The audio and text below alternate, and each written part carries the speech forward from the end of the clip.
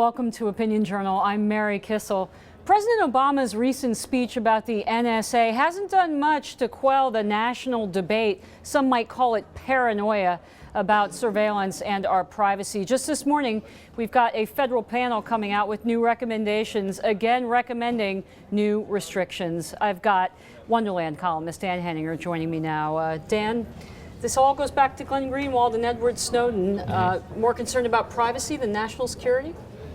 Well, I think so. They have raised privacy almost to an abstraction, and this panel actually went so far as to say that the NSA's data collection program is illegal and ought to be shut down. This is like a document mailed in from the American Civil Liberties Union.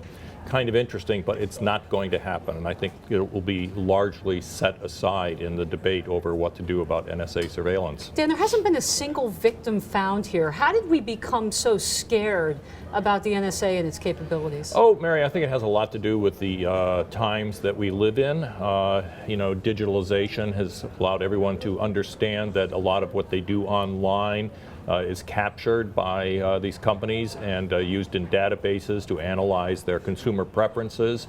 So nobody feels that they feel that their privacy is being squeezed. Okay, we know that though, but this issue has snowballed. I mean, from the minute that Snowden came out with these revelations, it just seems like media organizations, politicians, everybody's kind of piling on here. Well, I think the president gave this speech last Friday, but that was nearly 7 months after the Snowden revelations began to appear. He should have jumped in earlier to try to explain to people the reality of the circumstances under which these collections are made. And secondly, the fact that this is not like a Hollywood movie. This isn't Enemies of the State where somebody's running this program out of a dark basement somewhere.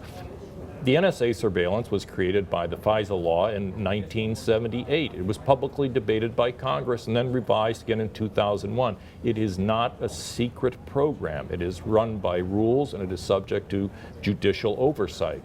That has not been made clear enough to the American people. You know, I also wonder if Edward Snowden and Glenn Greenwald's motivations have not been made public enough either. What do you think of those two?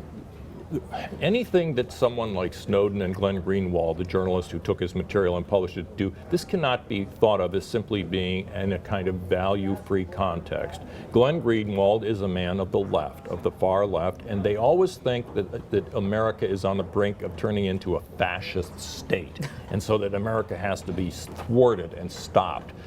I think this undersells the fact that we live in a democracy. We have checks and balances. You cannot just run wild with a program like that without some part of the system cracking back and asking what you're doing.